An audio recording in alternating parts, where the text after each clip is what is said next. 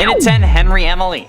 Oh, come on, okay? Like, yeah, we want to see Henry in the movie, but it's also kind of required, in my opinion. He's like a mainstay. And come on, William, did you really think that killing Charlotte wouldn't have any consequences? Like, you killed your business partner's daughter. That's gonna be pretty obvious to him, especially when he was already suspecting something, okay? He took extra care to protect her, and then she still died. That's gonna be a vengeful father if I have ever heard of one, okay? And at that point, he added protection onto her, and that was vengeful. And he didn't even need vengeance yet. So then, you know, he's after you because you killed his daughter. So why didn't you kill him next? Alright? I don't know. Killing Henry could have done wonders for your criminal career. I mean, you're like, yeah, the cops were already suspicious of you, but as long as they can't find a body, you'll be clear again. And they won't put you away for the 5 missing kids. They won't put you away for a missing father as well. Okay, without a body, there's no forensic evidence. So yeah, just like finally off Henry, and you would be able to stay yourself, or even like just this spring trap. Which, if you were Springlock when you killed him, it would be a whole other thing, because it's not like they're gonna put a robot Springlock suit on trial. And I want him to be in the movie specifically so that it can be explained why he didn't kill Henry, basically. And in a 9, Springtrap. Speaking of Springtrap, I saw multiple tweets saying that the FNAF movie was going to be about the first 3 games in the series, which didn't really seem logical to me, because like, why would you try and cram 3 games of story and nearly 40 years of lore into one movie? We all know that too many villains usually does not go over well, Spider-Man 3. And while Fazbear's Fright might have actually opened in 2023, which makes the timing perfect for that, we weren't really sure if it was true, until an Instagram user in a now deleted post shared photos of their tour of Jim Henson's Creature Shop, which is the company making the animatronics for the movies, which the post included multiple Springtrap hens, indicating that they're definitely planning on having him appear. And considering all the other information, it basically confirms Springtrap to be in the movie, which I think we were all expecting, but it's still nice to know. Probably towards the end if they're doing it linearly, but they could be jumping around a bit depending on how they want to present the plot, and if Oscar's involved with a time-traveling ball pit. And at 8, Vanny. One of the interesting things about the casting is that someone has been cast as Vanessa. Weirdly enough, there is a Vanessa character on the cast list, despite the Vanessa that we know not being introduced until Security Breach, where she seems to be in her early 20s. That's what I was talking about in the intro when I said characters being cast that couldn't even be born yet. And considering how Security Breach takes place after FNAF 6, which most likely takes place post 2023, yeah, it couldn't really be the same Vanessa from Security Breach unless this is a robot-human situation like in the novels. But nevertheless, there is a Vanessa in this film who, ironically enough, is played by Elizabeth Lail. I don't know if that's intentional, because, you know, there's the theory that Vanessa or Vanny is an adult Elizabeth robot, and that the ruined DLC girl is a younger Elizabeth robot. But if that theory is true, then we could technically be seeing Vanny in the FNAF movie, even if she hasn't become Vanny yet. Vanessa also being a robot Elizabeth adult would kind of explain how Glitchtrap infected her, rather than just driving her nuts like it did to Jeremy before. And at 7, Elizabeth. Elizabeth was an unintentional victim of Purple Guy, given that Elizabeth was in fact his daughter. Yeah. In the aftermath of his murder den closing, Afton sets up shop in a new restaurant he owned and operated called Circus Baby's Pizza World, where the feature animatronics were actually giant murder bots hungry for the flesh of children, because, you know, that's what the series has come to. Or at least that's what it had come to, and then it got worse. He warned his kids to stay away from the animatronics, especially his daughter Elizabeth, since she had such a fascination with the main star Baby, but she didn't listen, because of course she didn't. She's a goddamn kid, and you made the animatronics specifically to attract kids. So, in a moment of ultimate regret, she ends up getting scooped and insta-killed while Baby's arm grabbed her, pulled her in, and then like crushed her in her storage unit. Yeah, it was pretty brutal. And while he didn't kill her directly, he still killed her, okay? And then even victimized himself, since, you know, it was his daughter that got scooped, and the friends and family of the victim are also victims. This then leads him to discover his passion, but then this leads him to discover possession and agony and like the remnant metal thing. So yeah, I don't know how he knows that it was agony that did the possessing, but this then completely changes his motive. So it's a pivotal death in the Purple Guy chronology, so hopefully it'll be in the movie. And at 6, Gabriel. Gabriel was one of the original 5 missing children from the first ever incident that we learn about in the games. We believe his soul is passed into the Freddy animatronic based on the gravestone ending and the placement of the FNAF 3 heads. Gabriel, though, though, hasn't really ever gotten much of a description, aside from a brief mention in the books. But that description could also be referencing Jeremy, and based on Crying Child from FNAF 4's 8-bit minigames, it could also be him. So there's not really much validity to it, but I mean, I don't know, he could still show up. I wonder how Gabriel feels about being the mascot of the company, in essence, which is kind of weird. Like, he's not getting paid for it. And with over 25 versions of the character being present throughout all of the games, I originally had a theory that we played as someone named Gabriel in FNAF VR, since we ended up getting stuffed into a Freddy animatronic at the end of the game. But yeah, then I thought that Gregory from Security Breach was going to be a Gabriel comparison, because of, like, you know, whole hiding in Freddy thing, Gabriel's in Freddy, but then he turned into Crying Child. So who knows? I don't know. Maybe that's who Grant Freely is playing, since it's a supporting character in the movie. Maybe that, I don't know. How about doing a number 5 Secret Panther? No, partner. How about doing a number 5 Secret Partner? Glitchtrap is an odd character, okay? They're supposed to be an accidental addition to FNAF VR, but they somehow are able to interact with the environment and alter aspects of the game. That's not an accident, okay? I've always questioned why Glitchtrap is able to move the curtain in the final scene and then put us in the Freddy suit, but how is he able to do that if he's supposed to be a spirit? Well, he can't, alright? That's not it. Any being must obey the laws of the form they inhabit, or whatever it says in it, chapter 2. So, how is he able to move things like a curtain when I can't move them in game, alright? Simple. He wasn't an accident. He was a glitch, but he was intentional. He was meant to be there, obviously. That's why Vanny's working on getting him out, or ends up getting him out, or whatever it is. He was meant to be there, okay? Glitchtrap was an intentional feature of FNAF VR, which makes me think, who else is working for him? Because at this point, Vanny wouldn't have been possessed or under his control. So yeah, I hope they explore that in the FNAF movie, or at least like introduce a character that is clearly meant to be this mysterious third party. In a 4 hiding spot. I really hope this movie answers this question properly, because I swear to the Dark Lord Cthulhu this should not have been possible. William should in no way have gotten away with putting the missing children's victims in the animatronics like we're led to believe. The smell of rotting bodies would ruin everything. The decomp would speed up because the animatronics are moving around. I don't know how many times I've said this at this point. Okay, they're in front of people every single day. People started complaining that they were leaking blood and mucus and that they were smelling like death. There's no way that if William getting away wasn't important to the story, he wouldn't have been caught. Come on. It was also pointed out to me that Foxy has holes in his body, alright? So if there was a kid that was in there, you'd be able to see it. You'd be able to high-five little Timmy as you're walking by Foxy and he's putting on a show, but then you're like, wait a second, that's a body. So, yes, while originally maybe we were like led to believe that I have to put the bodies in the animatronics, it's basically impossible. So, I hope they explain what actually happened in the movie. Getting close to the end, and at number 3, 1985 keypad. The security panel code of 1985 from sister location revealing images of like the FNAF 4 house isn't a new thing. We've known it for ages, but and many are using this to confirm the events of this game taking place in 1985, or actually trying to confirm FNAF 4 taking place in 1985. But this begs the question, where did these rooms come from?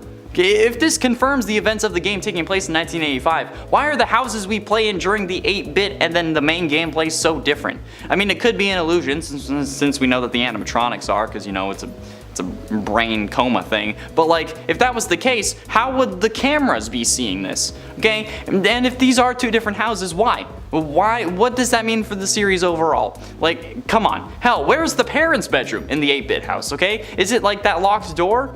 But like, is that the room? And even if it is, where's the plush trap hall? This is one thing that's always bothered me about this game, and I know, okay, like of all things, this is gonna bother me? Yes. Okay, because as far as I'm concerned, FNAF 4 is a video game in their universe, so those cameras can't be legit, unless it was just meant to illustrate that they would be in the same house or something. But ultimately, in number 2, explosive ending. William dies, okay, at the end of Man in Room 1280, not before that. The 3rd story of the 5th Fazbear Frights book, and he does so quite extravagantly, exploding into a pile of mush right before a pastor's eyes. But how is that possible? How could William just explode?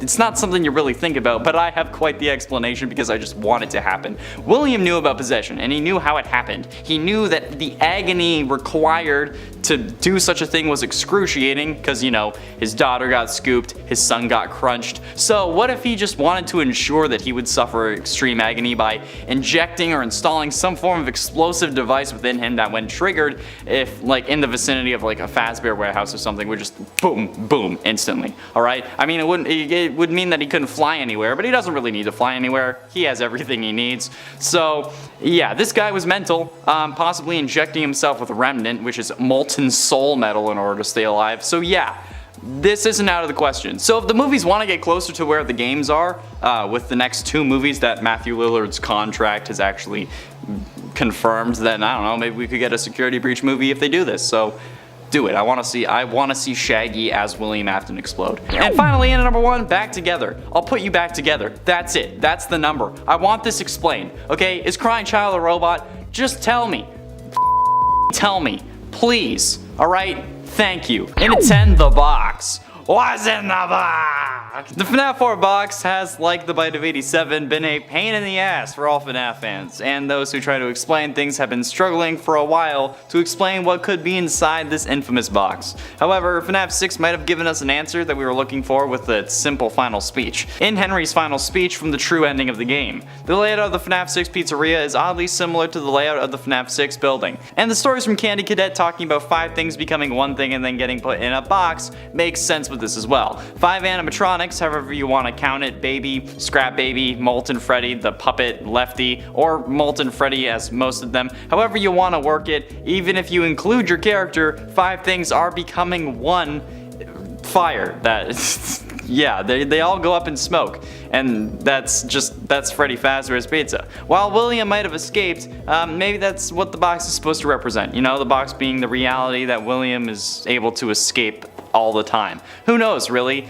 I don't, but you know what? Hopefully we will after this goddamn movie, because this is one of the biggest mysteries of the series, so it would be nice if you were to explain it. And at 9, the Bite of 87.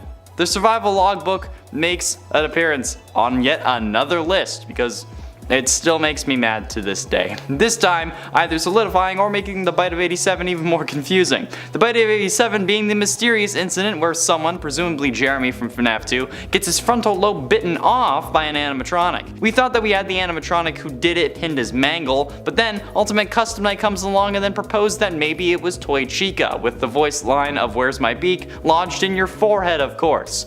What the hell else could that mean? However, I think the logbook actually tries to give us more of an answer as to who done did it. On page 35, the book asks you some would you rather questions about if you were trapped under a desk for a week or surrounded by baby-themed animatronics, but the last question it asks you is whether you would rather lose a frontal lobe or an arm. Every other question makes sense, aside from this one, at least in that situation. But if you go to page 87, you see a couple of animatronic cage matches where you're determining the winner and why they would win.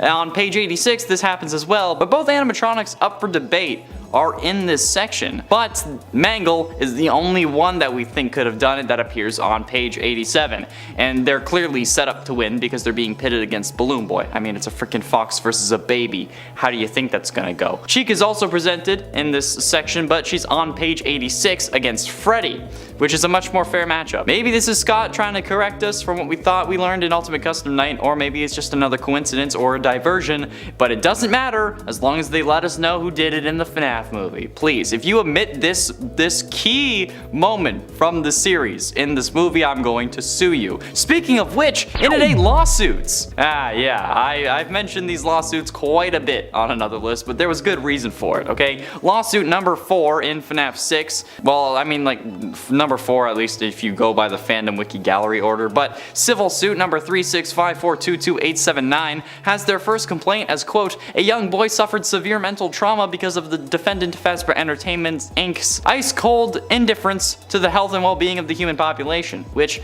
I mean, while true, we all know it's true, wouldn't actually be valid on a lawsuit. You can't describe the company as cold-hearted or say that they didn't care about the health and well-being of the human population. That's slander or libel, depending on how you want to pursue it. But as it would pertain to the facts of the case itself, they have no information as to what is in the brains of others. It's like how you can't use what someone else has said to you as evidence, you know, objection, hearsay. But in this case, it doesn't seem like Fazbear actually has fault in this incident. The ground gave way beneath the boy and he got trapped in basically a mini sinkhole, something that would have been near impossible to calculate and actually comes back to bite Fazbear Entertainment in the ass when, you know, the sinkhole happens in security breach. But it's also noted on the suit that Fazbear Entertainment lowered him pizza and party favors while they were waiting for emergency services. Okay, come on, that's doing their part. What are they gonna do? Pull this kid out of a sinkhole? And also, all this kid ended up developing from this was a fear of the dark and a fear of anchovies, both of which I had as a kid, and I'm not suing anyone. So I want to see them explore lawsuits like this in the movie. I want to see William in court. Come on, put him up against Mike Ross. And it's 7 Coffee. In FNAF VR Help Wanted, you can see multiple animatronics, but one of the most interesting is probably the coolest hidden secret animatronic in the series ever. And yeah, there's secret animatronics.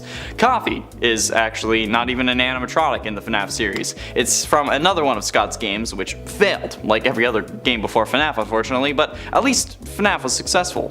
So, you know, he's gonna make references. This one is one of them. The game from which Coffee hails is called Desolate Hope, and in that game, Coffee is an autonomous service robot designed to tend to the needs of the nearby humans.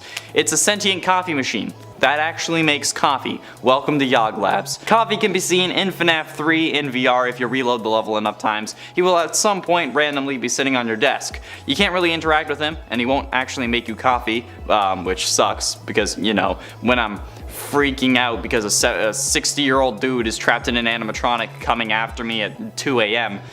You know, I should need it because, you know, it's 12 to 6 a.m. Like, all you need is like a shot of William getting his morning cup of joe in the movie, right? And then just have the coffee maker look like coffee from Desolate Hope, and we will all be happy. We will cheer. We will actually cheer. And at 6, the 4th child. I proposed this idea that perhaps William and his wife or baby mama, but most likely wife at this point, had 4 kids instead of 3. The 3 that we see in game. This was mostly based off The Immortal and the Restless, the TV series from Sister Location, where a woman was telling a character most assumed to be a representation of William that he had a son that clearly was his, but he was denying it. And then after looking at the genetics and then trying to explain to the people in my life who don't really understand it and pushing them all away and causing self-isolation, it just shows how likely this scenario was.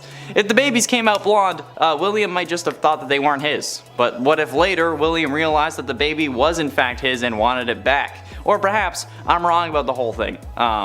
I don't know. At least I wasn't sure until a comment from YouTube user Saber Sapphire on Tiny Details Part 7 actually gave me a little bit of info. I think we can all agree that Ballora is an allegory for Mrs. Afton, alright? William made the robot as a way to cope. And we can also agree that she's supposed to be a mother figure to the mini Renas. And that's what got us all thinking that she was meant to be a mother in the first place, aside from her song. Well, Saber pointed out that the number of mini Renas that Ballora has is 4. Okay, Ballora has 4 children, and if she's meant to represent the mother of the Afton kids, this detail could solidify this theory even more. And maybe that's where Vanessa comes from. Alright? Explore it in the movie. Give me some like Jane the Virgin drama where Afton has a 4th kid. Come on. Halfway through into number 5, Fritz. Fritz is also one of the original 5 missing children, being the victim who possesses everyone's favorite animatronic Foxy. Well, everyone else's favorite. My favorite's still Toy Chica specifically, because that one's not possessed. I guess in a way though, it was meant to be, given that both of their names start with F and are shorter than the other names. It kind of worked out way too perfectly in that sense. The others actually have similar names to their animatronics as well. Gabriel has the same amount of letters as Fazbear, Jeremy has the same amount of letters as Bonnie, Susie and Chica have the same amount of letters too. I don't know, it's freaking weird, man. But not much else is known about Fritz, and that's why I'm saying all this jargon. It's to extend the runtime of the video. There originally was a theory that Fritz was going to be a good guy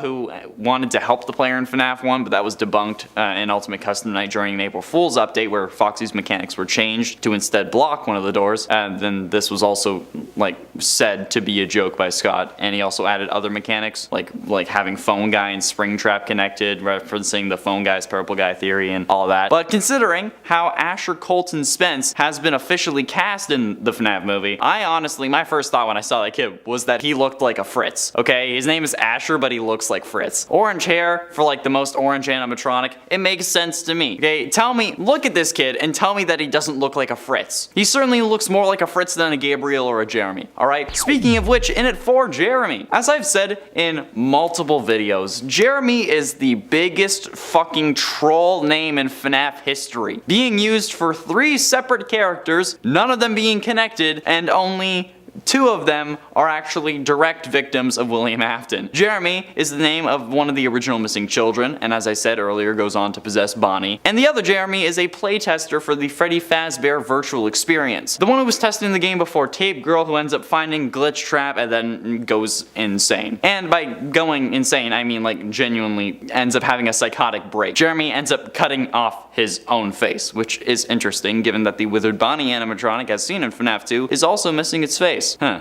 I don't know. It's interesting because Withered Bonnie is the animatronic possessed by the missing children's incident Jeremy, and then another Jeremy ended up cutting off his face. Now, I don't think it means anything, or maybe if it was intended or just a coincidence, but knowing the series, I'm worried that the smallest detail can have the biggest consequences. Hopefully, they can explain the recurring name in the movie so that we can all just like take a breather and have that load off of our backs, but I don't know. I can't look at people with the name Jeremy the same way anymore. There's a Jeremy in the office. I can't look him in the eye. Straight up. I can't look anyone in the eye, but that's the social anxiety. Getting close to the end of number 3, Casey. Casey is the main character in a Fazbear Fright story that I don't think we've talked about much in detail. I might have mentioned the story here and there, but I don't think there's ever been like a whole number on it, except for like one time where I've talked about roughly the same concept. Casey appears in the Fazbear Fright story Dance With Me from Step Closer, the 4th Fazbear Frights book. She ends up stealing some glasses that when worn either reveal or display a Ballora animatronic dancing. Honestly, this is the first character that I put on the list, and the reason that I really wanted this list to happen, since the entire story revolves around how she was almost a victim of Ballora. Now, don't get me wrong, the story is very unclear in this regard, but it's generally assumed that the ending does imply that the little girl who gets the glasses back got snatched by Ballora, who spent the entire story slowly getting closer to Casey every time she put on the glasses. She returns the glasses to the woman who owned them, and then when her daughter puts them on, she starts dancing. And knowing the series, I highly doubt that it's because she's excited to see a 7-foot-tall Ballora animatronic dancing right in front of her. Casey was very nearly caught by Ballora, instead having a little girl take her place, so yeah, I hope that she shows up in the FNAF movie because, first of all, Afton absolutely built those glasses because we all know how he felt about Ballora. So it's still a victim of Purple Guy, still a William Afton victim, so calm your tits in the comments. But I don't know, I want this explained because, yeah, I've been confused about it. But ultimately, at number 2, Susie. Susie was the first to die in the missing children's incident, which is pretty horrifying when you think about it, but also kind of liberating if you think about it in another way. Horrifying because, like, you get killed out of nowhere, and that sucks bad, but also liberating because while yes, you're dead, you're also dead. And you don't really have to worry about anything else, okay? I suppose not in this case, since they go on to possess the animatronics, but like, they don't have to worry about anything in their future, right? Just getting revenge, that's their only purpose. And honestly, that kind of sounds like the life. Not having to pay rent, and just doing everything in your power to stop a serial killer, that's like my kind of vacation. But I digress. Being the first to die is a pretty serious thing. We know that she was the first thanks to Withered Chica's voice line in Ultimate Custom Night. Keep in mind that the Withered animatronics are the original ones, after being decommissioned when the restaurant closes prior to FNAF 2, since FNAF 2 is still a prequel and the first games in the it's a whole lot. But the Withered animatronics are the ones we see in FNAF 1. And considering how the chairs and like the clapper boards seen in the BTS photos say Bad Cupcake, Susie is a very likely appearance in the movie, possibly even a focal point. So yeah, maybe this is a love story between Mike and Toy Chica, so I can vicariously live through him. And finally, in number 1, Crying Child. Okay, now this one is certainly going to be a bit controversial. There's going to be people mad at me in the comments, but there is no way that I could have done this list without mentioning one of the greatest debates of my DMs ever. The amount of people who message me on Instagram on a regular basis about the bite of 83 and how it wasn't William's fault bothers me to my core. They also keep saying that it's the bite of 87. It's not. Okay, they're two different things. I say this every time I bring it up though, the bite of 83 is not a springlock failure. It could not have been. The reason I know it wasn't a springlock failure is because the Fredbear suit was already in animatronic mode, meaning no springlocks could have had a chance of failing, since a springlock failure refers to when the mechanisms are being forced to stay open, and then the failure is when they close on you when you're inside the suit, okay? Plus, there's no springlock mechanisms in the jaw, and it wouldn't need it anyway, because like the jaw just moves up and down. I don't know what else to say. It would have had to be super powered in order to actually crush a skull, something that only William would be able to integrate, considering how he made the robots and is the suit technician. Alright, it's fairly cut and dry at this point. I don't know why people are still yelling at me in my DMs, but it's happening. I don't know, it could have been that he planned on using the Fredbear suit first as like his murder suit, and then his son got killed in it, and then he was like, yeah, maybe not, but who knows. And at 10, Henry.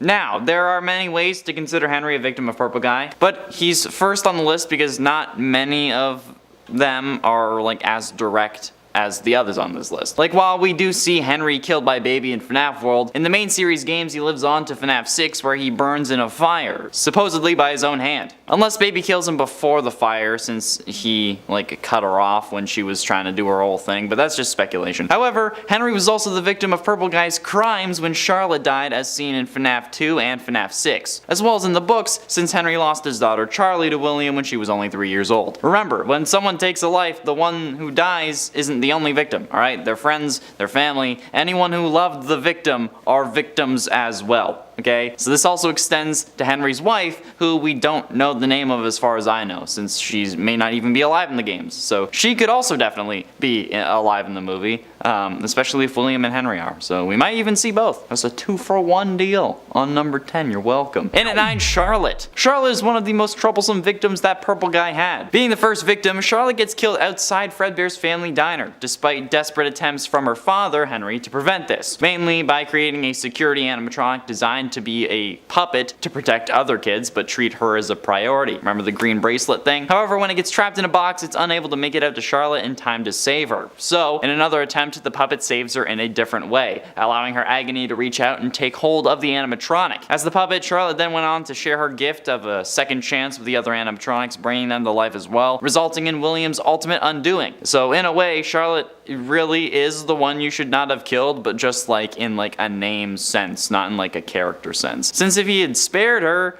maybe none of the other animatronics would have been alive and he wouldn't have gotten killed or spring-locked or whatever. And also, if you want to stay up to date on the FNAF movie news, be sure you hit subscribe, because as soon as we actually find out something concrete, and that wouldn't be like a 30-second video, you'll know. And at 8, Cassidy. Cassidy is probably who you expected to be number 1 on this list. The generally assumed one you should not have killed, the missing children's victim who went on to possess Golden Freddy, at least if you believe Golden Freddy to be an actual animatronic and not a hallucination. Cassidy is described in the novels as a young girl with long black hair, which also is the description of the only human to appear as a picture in the FNAF survival logbook, or security logbook, depending on if you read the crossed out name or not. I call it both. The name Cassidy was also discovered in this book when a theorist going by username DPowerful1 took wrong or highlighted numbers from various pages and put them into the word search as coordinates, in essence, which has got to be the most complicated name drop in history, okay? Like, we dig through source code, we put like audio files through spectrograms, we put them on reverse and speed them up and trying to find clues, but this was even too much for this series, okay? Like, I don't know why you had to go make things so complicated,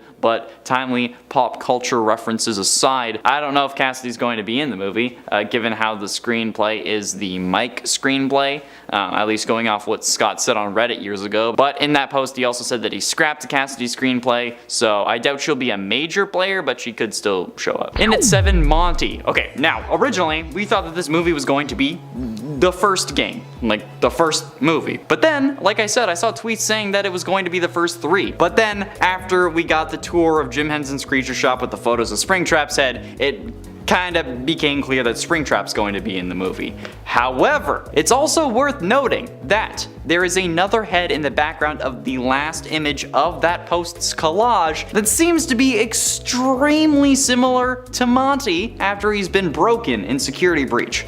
But considering how, again, Security Breach takes place decades after FNAF 3. It's unlikely that he'll appear in this movie, but maybe in the third one that they have planned, considering how Matthew Lillard signed a contract for 3 films. So, I don't know, maybe they're already working on the other props. This could also just simply be a remaining thing from another project, because Jim Henson's has worked with like reptile exhibits and stuff in zoos, so could just be that. And at 6, Foxy. Fritz is one of the original 5 missing children, being the victim who possesses everyone's favorite animatronic, Foxy. I guess in a way it was kind of meant to be, given that both of their names start with F and are shorter than the other names of their groups. And the others actually have similar names to their animatronics as well. Gabriel has the same amount of letters as Fazbear, Jeremy has the same amount of letters as Bonnie, Susie and Chica have the same amount of letters too, and like, come on, that's freaking weird, man. But After that, not much else is known about Fritz. There originally was a theory that Fritz and Foxy were a good guy who actually wanted to help the player in FNAF 1, but that was debunked in Custom Night after an April Fool's update where Foxy's mechanics were changed to instead block one of the doors instead of just kill you. It was proven to be a joke feature since the other mechanics that were changed in this update had Phone Guy and Springtrap being connected, referencing the Phone Guy's Purple Guy theory, and Dream theory, which again we now know is not true. But considering how Asher Colton Spence has been officially cast in the movie, I think that kid looks like a Fritz. Alright? Orange hair, for the most orange of the animatronics, it makes sense to me. Okay? Tell me that kid doesn't look like a Fritz. He certainly looks more like a Fritz than a Gabriel or a Jeremy. Just saying. How about doing at number 5, Brave Volunteer? I'm calling it out again because while he might have had issues killing Afton somehow for whatever goddamn reason, Henry just seems fine offing his son when he gets the chance. I mean, in both of the fires that Henry set, FNAF 3 and FNAF 6, Michael was there both times. And sure, Michael might have set the FNAF 3 fire, but if Henry set the FNAF 6 one, it would make sense that he also set the FNAF 3 one. And he also didn't seem to care that Michael was in the building the first time. He also doesn't give Michael the opportunity to exit in FNAF 6, despite there having been a way out plan. Quote from the final speech in Henry's words, "And to you, my brave volunteer, who somehow found this job listing not intended for you. Although there was a way out plan for you, I have a feeling that's not what you want. I have a feeling you are right where you want to be." No, I'm not. I want to live. He assumes that we want to die in these halls for whatever reason, and he doesn't give us a chance to actually make the decision for ourselves. He just like forces us to die. It's a crime. But again, he doesn't give us the option, which I would like explained in the movie. Please, explain to me how this isn't just a murder. Just the slightest crumb so I can run with it for 4 more years. And at 4, Domino. During the true ending of Security Breach, or the Afton ending, the Burn Trap ending, whatever you want to call it, how does this happen so perfectly? Like, there's beyond even plot armor levels of luck here, okay? We're basically Domino. It's the very easy to understand monitor setup in the room that we fall into that's connected to the cameras in various rooms that Burn Trap enters, and ironically, he only enters those rooms with buttons that light the fires in the rooms that correspond to the monitor the button is in front of. Think about it. How are these working? It's been a while. It's been a long time. These cameras and old computers are still working for who knows how long after FNAF 6 to Security Breach. It's been through a lot, alright? It's been through the fire that ruined the building. It's fallen into a sinkhole that opened up beneath it. It's had a whole mall, pizzaplex, Chuck E. Cheese fever dream built on top of it. How is all of this working after that? Get this like later in the timeline, but please have like Henry planning out the FNAF 6 location fire thing or something, okay, so I can understand how this was all so well preserved. Getting close to the end of number 3, Security Puppet. Now, this might be a controversial topic, but in my humble opinion, if you're suspicious of your business partner and concerned for your daughter's well-being and even life, you don't just give her a special bracelet that makes her a priority to your one security robot and then leave her alone, alright? Especially when that security bot can be disabled by simply placing a couple of boxes on top of its box. You keep her home as much as you can, or like keep an eye on her. Like, you don't like lock her in the house, but you don't let a 3-year-old run around next to your homicidal partner. And you should be doing that anyway. Like, you should be keeping an eye on her anyway, because, you know, she's 3 years old. You don't give her a bracelet then let her run amongst the big kids at a pizza place where she's locked outside and then killed. No. Okay, how did she even get locked outside? How is that possible? How could that even happen? She can't reach the doorknob, for God's sakes. Neglectful. You're neglectful, okay? Henry puts a green bracelet on his 3-year-old and says, yeah, that's enough, I'm good, and then neglects her, hoping that the green bracelet's going to be enough. Bro, what the hell? Especially when the man that you think is going to hurt her is the one who built the goddamn animatronics in the first place and then knows exactly how to disable them when the time comes. Think things through for once. This is also in the right time frame for the movie as well, so please, explain what Henry was thinking when he just left his daughter alone with a serial after giving a new slap bracelet. But ultimately, in at number 2, Scrap Trap. Also, what happened to Scrap Trap between games to cause such significant changes in his design? Sure, he was burnt in FNAF 3, kind of, but we also see him alive and well in Sister Location's ending cutscene, not damaged or barely damaged. So where did all this additional changes come from? His head gets larger, his feet get larger. I genuinely don't know how that would make any sense. Okay, we know that it's the same person. It's not someone new thanks to Ultimate Custom Night. In a previous video I talked about how FNAF 4 is a game made by Scott Cawthon's in-universe version, and then that would thus mean that any character appearing in Ultimate Custom Night would also be fake. I hope you get what I mean. If you haven't, check out the video. I explain it way better there. I'm not going crazy. It makes me think that Springtrap is probably less than real. He's probably fake. He's faker than Glitchtrap, for of all things. And you know what? It explains the discrepancy between Springtrap to Scraptrap and then Burntrap, and then I just want an explanation in the movie, okay? I'm rambling. Let's move on. And finally, in number 1, evil programming. Have you ever thought about why these animatronics are attacking you? Like, really? Because, like, sure, it's because we look like William and the animatronics are possessed and they're trying to get revenge or whatever, but if I was possessing something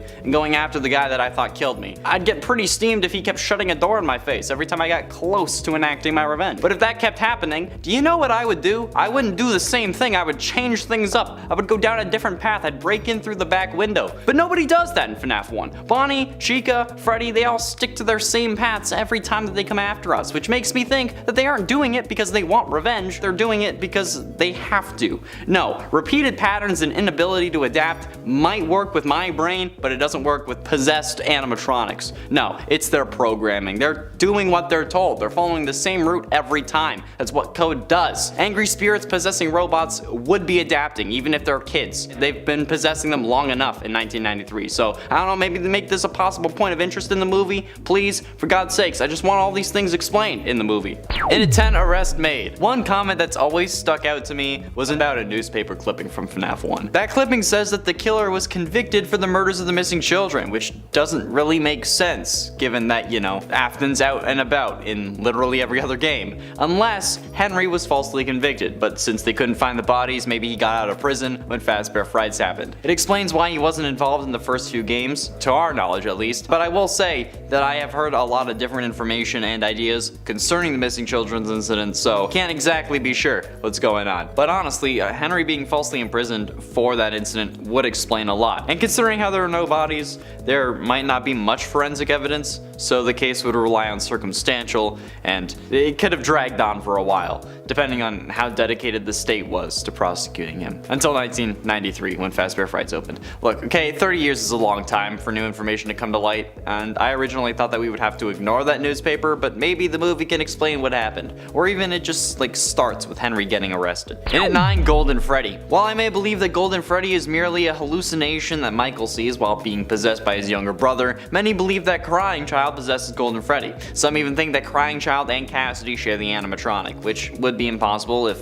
Cassidy is supposed to be possessing William, and given everything we know about possession in the games, that just kind of negates the other possibility. But if you believe that Golden Freddy is a physical animatronic possessed by Crying Child, you'll find out in the movie, because if there's no physical one, then I feel like it's kind of confirmed, alright? Plus, I don't think that Crying Child would attack his brother. If we want to say that Crying Child wouldn't be angry at his father, then I don't know why he would be mad at his brother for, you know, assuming that an animatronic won't crush his skull, because it makes sense, and especially not after all this time, because remember, FNAF 1 takes place in 1993, 10 years after his death. And at this point, Michael would have gone through sister location, so, you know, his insides would be all jumbled, he would be purple, and he would also kind of have the remnant of his sister on him still, so Crying Child would be like, oh, okay, so you have suffered. Who knows, okay? Either way, Golden Freddy is like such a weird animatronic that never really has a proper explanation. They crash us, he never gets a hold of us, we're not clearly dead because of him, so I just hope that they explain him in the movie, okay? Because it seems to be a pretty core premise of the series, so if they don't explain it, then I'm just gonna assume that I was right. In at 8, spring lock suit legality. Okay, the spring lock suits themselves are such a massive occupational hazard that Fazbear did not need to create. These things are hella deadly, and both William and Henry just allow for the employees to wear them. I get William doing it because he's a sociopath who doesn't care about anyone, but come on. Dude, Henry, you're supposed to be better. Make a separate suit for the animatronic character that's just a suit, so the employees who run your business and make you money don't end up dying from having their bones replaced with animatronic robot parts. I don't need servos in with my guts. okay? I need that, my guts are supposed to be there. I'm sure it would be like a hell of a lot cheaper to make a suit too, instead of having all this complex machinery that you gotta crank. What's your deal here, man? Why did either of you think that was a good idea? And particularly Henry, okay? Please explain the justification behind this in the movie. I gots to know. I am filming this on Desperation Day, by the way. I Met Your Mother joke. And it's 7 hanging scientists. The sister location hanging scientists weren't there before they're revealed to us, okay? We have lights on in those windows. They're trying to show us that Ennard is willing and able to kill anyone who gets in his way, but that also means that there were people working there while we were during sister location. And I don't know why they did that, since it was literally filled with deadly animatronics, and the only reason we were there was to put her back together, like William somehow asked us to do. But like, why were there others there? I thought the business was shut down. What's going on? Is it still running? Chica's Party World still a thing? I don't know, man, it's weird, okay? But hey, I'm not here to judge how a fictional serial killer runs their fictional business. Actually, yes, I am. That's become the whole point of this channel now. Why would they have showed us these bodies if they also needed us to escape? Wouldn't we have just noped the hell out of there? I would. I don't care what my dad told me to do. If they're like, oh hey, by the way, I've killed 2 people, I'm leaving. And considering how this was called the Mike screenplay when Scott was talking about it on Reddit a couple of years ago, I hope that we get the answers to this question, because it doesn't make sense to me. And it's 6 roaming animatronics. Okay, straight up, the whole roaming animatronics thing from FNAF 1 is such BS, and I can't even fathom why they thought that it would be required. That's not how servos work, okay? But whatever, Fazbear Entertainment, you do you. You can deal with OSHA, especially when they're walking around and you know that they're hostile. Phone guy warns us that they might shove us into a suit if they see us because we look like a naked endoskeleton, which is already BS, okay? And we know that because they ignore the endo in the storage room. But like, why would you make this a part of their coding? Why would you let them roam around if they're gonna try to shove me in with robot parts? Do they look at every human they see as a naked endo? And if they do, then how are people actually showing up and not leaving in body bags, okay? God, it's only the first game. Like, for f***'s sake, people. You can't just like try and be a normal company for once, or maybe even just like have like the slightest hint about why anyone would be cool with this, okay? Or maybe why nobody ever reported Fazbear Inc. to like the labor board or something, even if it's like just an explanation that they got tried to but got killed before they could. Come on, put it in the movie, please. Halfway through it at number 5, Golden Freddy. Since the beginning of FNAF, the dawn of time, it seems, we have been wondering about the mysterious and seemingly supernatural entity of Golden Freddy. This entity that's able to travel through solid doors and walls, who causes us to have hallucinations, and crashes our game when they kill us. Who was this mysterious being? Over the years, we've gotten a few names, most notably with the gravestone ending in FNAF 6, but even with that ending, Golden Freddy's name had always eluded us. And if they are the one you should not have killed, or even if they aren't, the name wasn't given to us in Ultimate Custom Night either, only an alias. But alas, we were finally saved in this one thing. Everything else got messed up, but we were finally saved when the survival logbook came out, where after jumping through more hoops than poodles at a dog show or dolphins at SeaWorld when they just want food, we uncovered the name of Cassidy, thanks to wrong numbers on various pages somehow becoming coordinates in the goddamn word search. It was a lot for a name reveal that honestly didn't really mean much to the series, since the name Cassidy only appears in one other place, and that was the novel, The Fourth Closet, and the character is of little consequence otherwise. And considering how Scott scrapped a Cassidy screenplay, I doubt they're gonna have much significance in the movie, but I still want to see Golden Freddy. It's an iconic thing. In it for Vlad. Now, I know at least the vast majority of comments seem to think that the Immortal and the Restless series is like a linchpin in FNAF that proves that Afton killed his wife and what her name is supposed to be, but that's still highly unlikely. The Immortal and the Restless has never popped up again after Sister Location, and if it was important, it would've. There has never been another instance of that show having any significance other than just being something we turned on to watch after work in Sister Location. It didn't reveal the mother's name, it didn't reveal that Afton never wanted a son, because if that was the case, he would never have wanted Crying Child, so why would he have sworn to put him back together? And if he didn't want Michael, why would he have sent him down to get Elizabeth? It just doesn't make sense, okay? The Immortal and the Restless is something that shows up less often in the series than the name Jeremy, and we don't think that that name has any additional significance. Plus, I don't know about you, but I watch The Flash, and I can't run at super speed, so yeah, it doesn't reflect your personal life. So basically, I want the show to appear on a TV in one scene so that we can see Vlad, and I don't know, maybe have like someone at a Comic-Con sign, like the voice actor for Vlad at a Comic-Con. That'd be funny. I want to see that. That's the version. Getting close to the end, into number 3, Mangle. I'm gonna be straight with you. You're gonna be mad, but I'm gonna say it. We don't know who caused the bite of 87 still, or in reality, who the bite of 87 was actually on. I mean, we have theories about it. We have the theory that it was Mangle, or that it was Freddy, or maybe Chica that bit Jeremy, but theories do not equal fact. This incident has been on our minds since the first game, and we haven't been able to come up with a definitive and confirmed answer. So yeah, I want this to happen. If you ask me, that's almost certainly something that needs to be explained. It's been 8 years and we still haven't gotten an actual direct answer. And if anything, we've gotten conflicting answers. Originally we thought it was Mangle, but then the handprint on Freddy's face seemed to kind of indicate that it was him. And then in Ultimate Custom Night, we got the line of "Where's my beak?" lodged in your forehead, of course, which made us think that it could have been Toy Chica, but we have no real answer, despite what I know you've already written in the comments. Yeah, I know that you're all angry, okay? You're all typing out and yelling at me, but come on, okay? It's not confirmed and it's not canon. Unless Scott clearly says that Mangle caused the bite, all we have is theories. So, I'm desperately hoping that Mangle shows up in the movie so that we can have it explained. Please! For the love of God, especially if it's going to have the first 3 games and FNAF 2 has Mangle in it, so just do it, please. And ultimately, in at number 2, Circus Baby. Hello and welcome to Miss Mojo. Today we're counting down the top 10 worst anime betrayals, but it's FNAF. I'm gonna keep making that joke every single goddamn time. Maybe next time I'll say top 10 anime. In Sister Location, we thought that we finally had the first actually decent animatronic, someone that was trying to help us, like a prototype glam rock Freddy.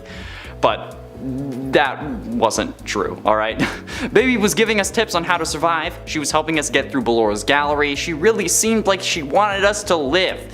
But then, what do we get for trusting her? Scooped and stuffed. Like we were just the family pet turkey around Thanksgiving. It was probably one of the most brutal things to happen to a character in the entire series, and it's all because we trusted Baby. She made us feel safe, she gave us confidence, prevented us from getting killed, only to use our body as a skin suit, then get kicked out of Entered not even a game later. God, almost as bad as my ex. This is why I don't trust Glamrock Freddy though, alright? Baby is legit one of the reasons that I have trust issues, and that's saying something. And finally, in at number 1, the Puppet. The Puppet is an animatronic puppet and a major antagonist, but also a good guy in a way in the FNAF series.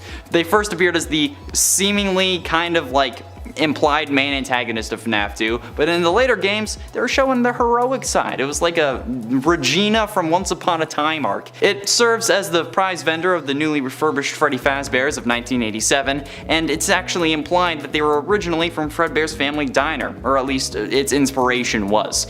After the pizzeria was only open for a few short weeks, it was forced to close down, but the puppet, unlike the other toy animatronics who were scrapped due to possible malfunctions, was not scrapped, later appearing in the newer pizzeria from the first game, as evident by the dream cutscenes, from Sister Location, and appearing as Lefty in Freddy Fazbear's Pizzeria Simulator. Lefty was an animatronic that was intended to capture the puppet, and it's actually an acronym because it was possessed by Charlotte, and Henry, who was her father, wanted to capture the soul so that he could then release her.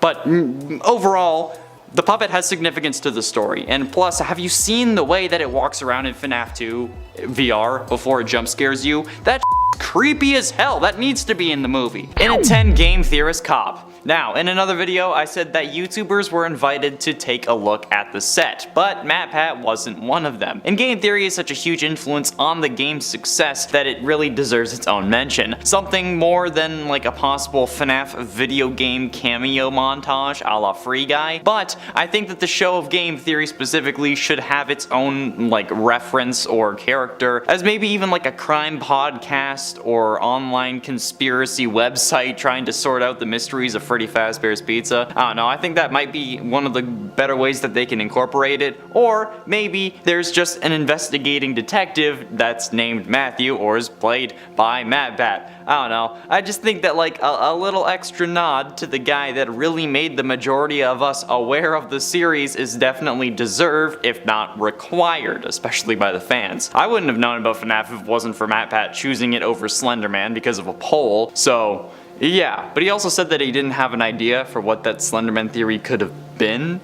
so maybe he would have just went with FNAF anyway, but I think we can all agree that matpat deserves at least a reference in the movie. In at 9, Ballora. Some believe that Ballora was intended to be a form of mother figure for the Afton kids once their mother left, or died, or was killed, or whatever happened to her. Maybe she never even existed. This is based off the idea that the mini-Renas and Ballora are basically kind of like a family, and that Ballora is a mother to the mini-Renas, and the fact that there would be one for each Afton kid, and then another one that's spare. This could just be William having mommy issues, or it could be that there is a secret 4th Afton kid, like I've proposed in the past, although I highly doubt it. And if that is the case, maybe Vanessa is supposed to be that kid, hence why she'd be a robot. Or Vanessa just is like the human version of Ballora, so the kids wouldn't freak out, because baby can change between human and not human in the books, and yeah. But then again, it could just be Afton wanting to be treated like a kid and have someone to hold him and make the pain go away. I mean, it's definitely not the healthiest option, but it's something Sigmund Freud would be proud of. So yeah, if she is supposed to be a mother to the kids, if she's not in the movie, it's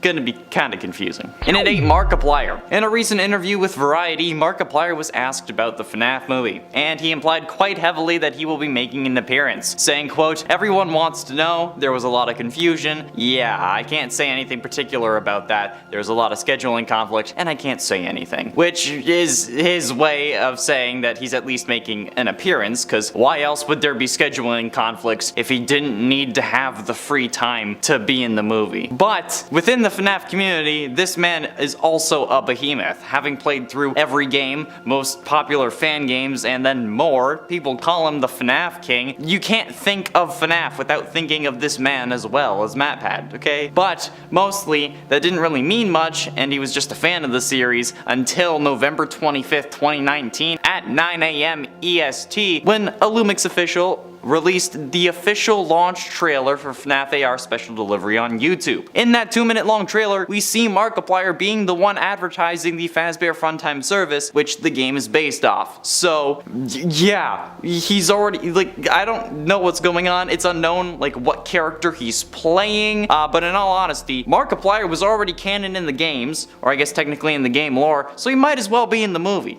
Right? And if you guys are looking forward to the FNAF movie and want to know more about it, be sure you hit subscribe, because when we know, you'll know.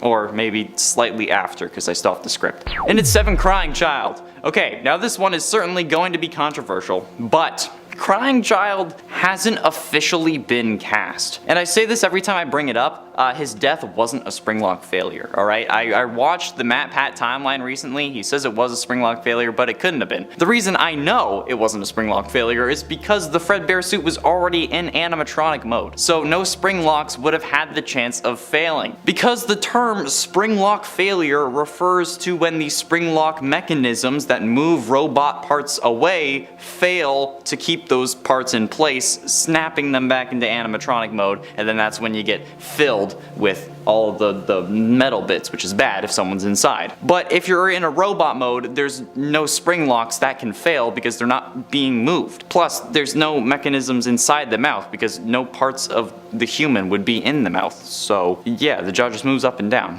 It would have had to be superpowered in order to crush the skull, something that only William would have been able to integrate, considering how, you know, he made the robots and is the suit technician and stuff. So yeah, I'm hoping Crying Child's in the movie. And while we assume that this Garrett character is meant to be Crying Child, it could very well not be, so I had to say it. Alright, I did. And at 6, Charlotte Emily. Charlotte is one of the most troublesome victims that Afton has ever had. Being his first direct victim and seemingly second indirect victim, Charlotte gets killed outside of one of the original pizzerias, despite desperate attempts from her father Henry to prevent that, mainly by creating a security animatronic designed like a puppet to protect other kids but then treat her as a priority, which is kind of selfish, especially if you know that your partner is going to be a serial killer, but you know, that's aside the point. However, when it gets trapped in a box and it's unable to actually make it out to Charlotte in time to save her, she ends up getting shanked. So, in another attempt, the puppet tries to save her in a different way, allowing her agony to reach out and take hold of the animatronic and thus becoming one in a sense. As the puppet, Charlotte then went on to share her gift of life with the other animatronics, or I guess with the other victims of the original 5, resulting in ultimately William's undoing. But yeah, in a way, Charlotte is really the one he shouldn't have killed, but that's a whole other character character, and basically she needs to be in the movie, and she hasn't been cast, or at least hasn't been named directly. So I don't know what's gonna happen. Maybe that's who Abby's supposed to be. Halfway through into number 5, game theory. Okay, now, I know I said earlier on, like, YouTubers should be referenced like Markiplier, okay? But game theory itself is such a huge influence on the game's success that it deserves its own mention. Okay, something more than like the possible FNAF video game cameo montage a la Free Guy, but I think like the show of game theory specifically should have its own reference as like a crime podcast or an online conspiracy guy who's like trying to sort out the mystery of Freddy Fazbear's Pizza. I don't know, I think that would be the best way to actually incorporate it and have it make sense. Or maybe the investigating detective's name is Matthew, because that would be funny. I think that little extra nod to the guy that really made the majority of us aware of the series is definitely deserved, if not required by fans, depending on how you feel. You might not like him at this point, but come on. Hey, I wouldn't have known about FNAF if it wasn't for MatPat choosing it over Slenderman because of a poll. So yeah, he also said that he didn't have an idea for what the Slenderman theory would have been. So I think we can all agree that Matt deserves a reference in the movie. Hey, it's better than a comment that you delete 8 hours later, Scott, alright? And plus, I want MatPat to notice me. In it for Shaggy. This is purely because I think William Afton making a Scooby-Doo reference would be hilarious, okay? Obviously, I don't think it will happen, because it would probably ruin the tone of the movie, but movies or shows referencing an actor's previous work is not a new or unheard of thing. There's entire compilations of series referencing previous movies and shows that their actors starred in, with things like the Arrowverse talking about Victor Garber and the Titanic, or Brandon Routh returning as Superman. But also, Supernatural had a whole episode where Jared and Jensen played Sam and Dean in a world where Supernatural was a TV show. So they played their characters playing themselves and had to act as those characters acting in an episode as if they were themselves. You get me?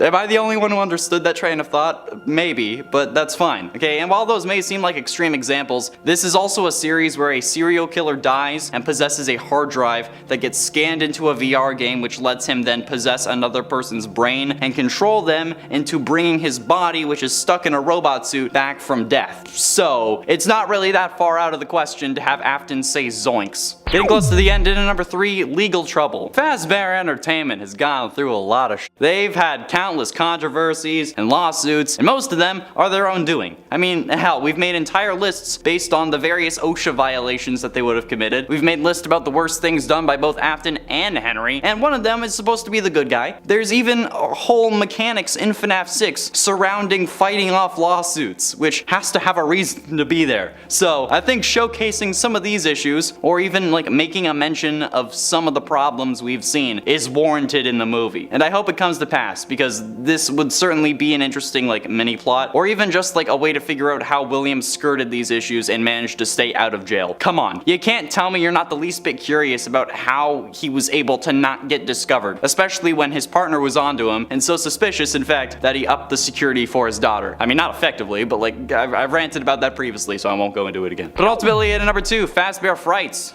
No, I'm not talking about the FNAF 3 location. That's Fazbear's Fright, although I understand the confusion. It's basic FNAF. I'm talking about how I, and I'm pretty sure plenty of you, at least, want references to the various events found throughout the Fazbear Frights books. You know, the ones with like the 3 stories each about different events happening surrounding the restaurants and characters without really being confirmed or denied as canon. Yeah, those. Like even some minor things, that like what happened to the kid who put on Bellora's glasses and danced with me, okay? What about the time-traveling ball pit? That seems so important and like it would change everything, since the game coming out after that had a ball pit in it and then nothing came of it. Yeah, are we gonna see Oscar pop his head out of one in the movie and then like instantly disappear? Because that would be an insane reference. That would actually make me go nuts in the theater. And I just remembered that I'm actually going to have to see this. I'm not the biggest fan of horror, and I mean the last movie I saw for this channel was Sonic, so I guess I've done it before. I can do it again. Finally, in at number 1, Dream Theory. Okay, most of you have heard this before. The idea that everything we have seen in these games is a dream. Okay, sure, Help Wanted gets meta and kind of put that theory to bed, and Scott has said no multiple times. But what if all the things that we were seeing are still a dream? What if it's not crying child in his home or in the hospital who's waking up every morning? What if it's like William Afton dreaming about the insane things he plans on doing and how well it's gonna work out for him? Well, I guess to him it would be working out because he's a lunatic. But I don't know, time works differently in dreams. You can go a whole month of your life and then wake up and it's only been 6 hours. And sure, sometimes you're able to control your dreams, but that's difficult to do, at least I think so. Because once you realize you're dreaming, for me anyways, I wake up. So what if he's only like considering killing people right now? And then like this is his mind telling him not to do it, or I guess to do it, because again, he's cuckoo for Cocoa Puffs. Or what if we're still dreaming through Crying Child and he's like trying to justify the things that he saw, or he played the games and he's having nightmares about them? I don't know, but no matter what, I'd like to see some form of reference to dream theory in the movie, even if we know it's wrong, okay? Like just have someone wake up from a dream like Wizard of Oz style, but in the sense that they thought it was real and not like that everything was actually a dream. Because if this movie is revealed to be a dream at the end, I'm walking out of the theater. And at 10, nightmares. The nightmare animatronics are the most menacing in the entire series. I mean, they're named the nightmare animatronics for a reason, but given the name, they also aren't exactly real, which makes it difficult for these characters to appear in the movie. So why not just have a dream sequence that includes the nightmare animatronics? It's as simple as that. And if you wanted to, you could have it start the movie, which in my opinion would be a hell of an opening. However, I guess at this point asking them to add scenes is kind of pointless since they've started production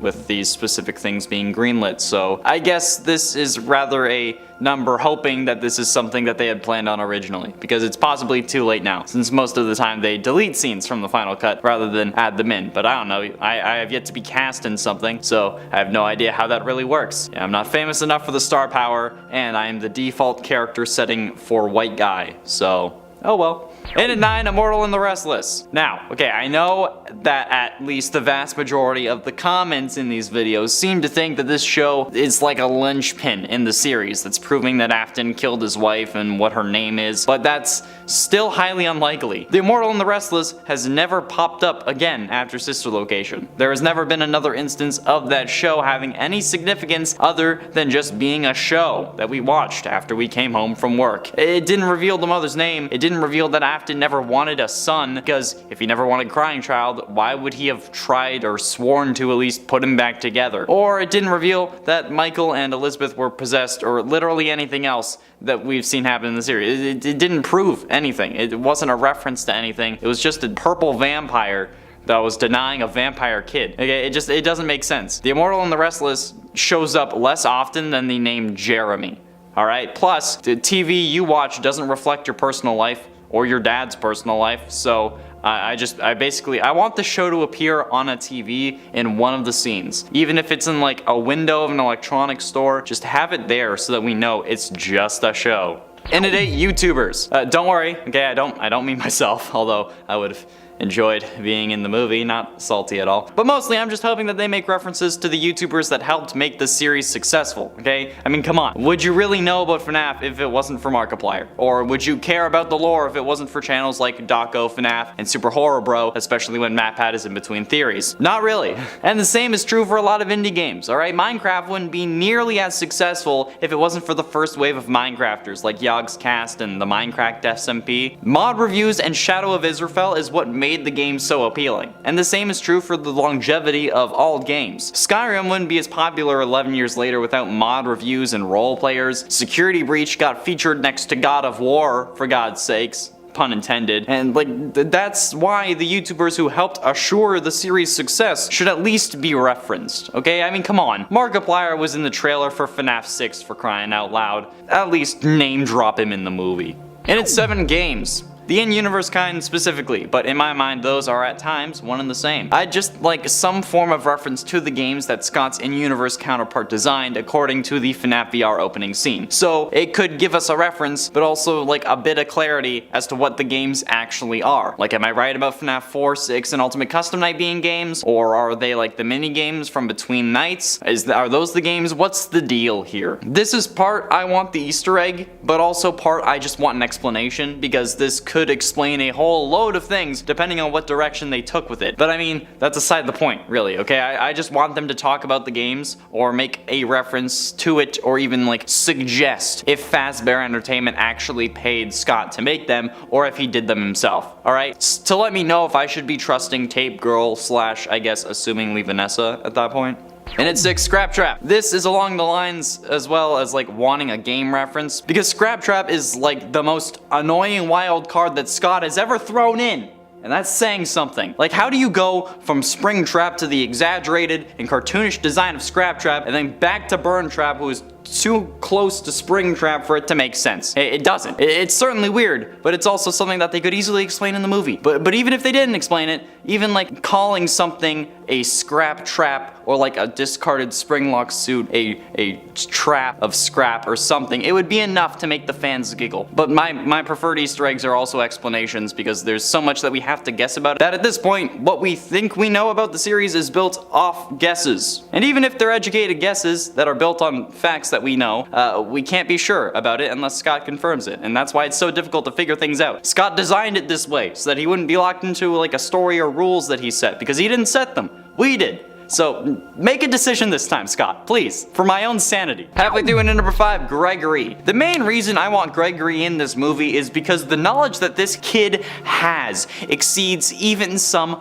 of my own. The kid is the size of a 4-year-old, can fit inside of Glamrock Freddy's cake cavity. He can fit inside baby strollers and other various small areas around the Pizzaplex. He's too small to drive one of the go-karts alone, but he knows how to restart generators, operate a trash compactor, start and drive a van, as well as identify a car battery, connect the jumper cables to that car battery properly, and then use those to fix Freddy's whole recharging every hour issue in one of the endings. So how the living hell does that character as a whole make any sense? And how do Freddy and Gregory make it to the hill without needing to recharge in that ending? Like, how do they solve that issue? I don't know, man. This kid knows more words than I do, but somehow is the size of a 3.5-year-old, maybe 4. No, okay? It makes absolutely no sense, and this kid's weird superpower is the reason Security Breach is so confusing. It would really only make sense if he is a robot that's supposed to mimic a toddler, but who's actually been on for decades and has been learning the entire time. So, if that is the case, and he's been on for that long, it would be possible for him to appear in the movie, so he f***ing better. It only makes sense. In it for Scooby-Doo. This is purely because I think William Afton making a Scooby-Doo reference would be hilarious. Obviously, I don't think that it's going to happen because it would probably ruin the tone of the movie, but I don't know. Movies or shows referencing an actor's previous work is not an unheard thing. There's entire compilations of series referencing previous movies and shows that their actors starred in or guested in or whatever it be. With shows from the Arrowverse talking about Victor Garber and the Titanic, or Brandon Ruth returning as Superman, but also Supernatural had a whole episode where Jared and Jensen played Sam and Dean in a world where Supernatural was a TV show. So they played their characters playing themselves. So yeah, productions making references to our world's dynamic in their scripts is nothing new. It's like when Bones had Emily and Zoe Deschanel on as like cousins in the show, but then one of the characters is like, oh, you two could be sisters. Okay, come on, okay? And while those may seem like extreme examples, this is a series where a serial killer dies, possesses a hard drive, gets scanned into a VR game, and then is able to possess another person's brain and control them into bringing his body, which is stuck in a robot suit, back from death. So yeah, it's really not that far out of the question to have Afton say zoinks, or to have a dog that's called Scooby like walk up to him and like interact, and then have Afton flip out on the dog to show that he's psycho. Okay, something like that. Just come on, that would be funny. You have to admit. Getting close to the end of number 3, Kelsey. The story The New Kid from 1:35 a.m., the third Fazbear Frights book, revolves around Devin, Mick, and Kelsey. Devin and Mick are outcasts from their class and aren't really all that popular. They aren't cool. They aren't me. Totally kidding, they're definitely me. But when the new kid Kelsey arrives at the school, they make a new friend, or try to. Despite Kelsey being charismatic and adored by everyone, he still decides to hang with these two, which doesn't seem accurate. Over time though, Devin grows jealous of Kelsey, since Kelsey is everything that he wants. So in an act of revenge, or to gain control like some serial killer origin story, Devin hatches a plan to lure Kelsey to an abandoned Freddy Fazbear's and trap him in a springlock suit for a few hours. To like try to humble him, I guess? I don't know why they think that you can trap someone in a springlock suit without killing them. But of course, the plan goes horribly wrong. After getting in the springlock suit, it fails, as expected, causing blood to soak into the fur of the animatronic and pool all around the ground because, you know, it's a book and they don't have to worry about game ratings. So Devin and Mick leave Kelsey for dead so they won't get in trouble, but then something doesn't feel right, so for some reason Devin returns to make sure that Kelsey's body is still in there, which is a horrible idea. So he sticks his hand in the animatronic mouth to make sure, I don't know why, and then snap. The spring locks fail again in his hand, not in the mouth because that's not where the spring locks are, and then Devin gets his hand stuck inside and bleeds out. But not before seeing a body in the suit with black hair instead of Kelsey's blonde. So I want this explained in the movie. I do. Cast a Kelsey, for God's sakes. There's no other, these characters don't have names that have appeared anywhere, so just cast a frickin' Kelsey, please, for the love of God. But ultimately, in at number 2, Katniss Everdeen. I also think it would be hilarious for Katniss Everdeen to appear in this movie. Not like as a way to connect the universes, but exclusively because of who is playing Mike. I mean, come on, okay? This guy's IMDb has him listed as being known for Hunger Games movies almost exclusively. Josh Hutcherson would not be where he is if it wasn't for those, and much like the Scooby-Doo or Shaggy reference, I think it would be funny to have like a Katniss thing in here, okay? Even if it's just a joke. Or make Mike really good with a bow and arrow, since like he took up the sport to try to relieve anger because his therapist suggested it or something, and then they're just like, oh, you're a natural Katniss Everdeen, or like, oh, you'd win the Hunger Games. I don't know, I think that would be the funniest shit, alright? Come on, you gotta have a little comedy in something like this. And Scott seems like the kind of guy who would be down for that. He does all sorts of random, unexplained crap in his games, so like a couple of passing references to past work that the actors have done, it wouldn't be out of nowhere. I personally would appreciate a Once Upon a Time Anna reference from the girl playing Vanessa, Elizabeth Lale. Please. And finally, in at number 1, Conspiracy Podcast. While Markiplier seems to be implying that he will be making an appearance in the movie, there are some other YouTubers that, like I said earlier, flat out just said that they were invited to check out the set and watch filming. The 4 that we know of course, being Dawko, as well as 8-Bit Ryan, Rizbowski, and Bazimalum, aka the Theory Thursday crew. From the looks of things, they're just going to vlog on the set and film content for their respective channels. However, there could be something more here, like maybe a cameo or a consultation kind of thing that they wouldn't have revealed for obvious reasons. Although consultation would be far less of like a major thing, but considering how Scott is on set, they wouldn't really need it, but it could also just be like from like a fan's perspective kind of thing so that we can understand the story of the movie and have it not get confused since we don't know everything about the games. I don't know. They could be doing something like that, but they could also be doing exactly what they did on Thursdays as characters in the movie. So, could Theory Thursday actually be a podcast within the FNAF universe? I guess we'll have to wait for the movie to find out.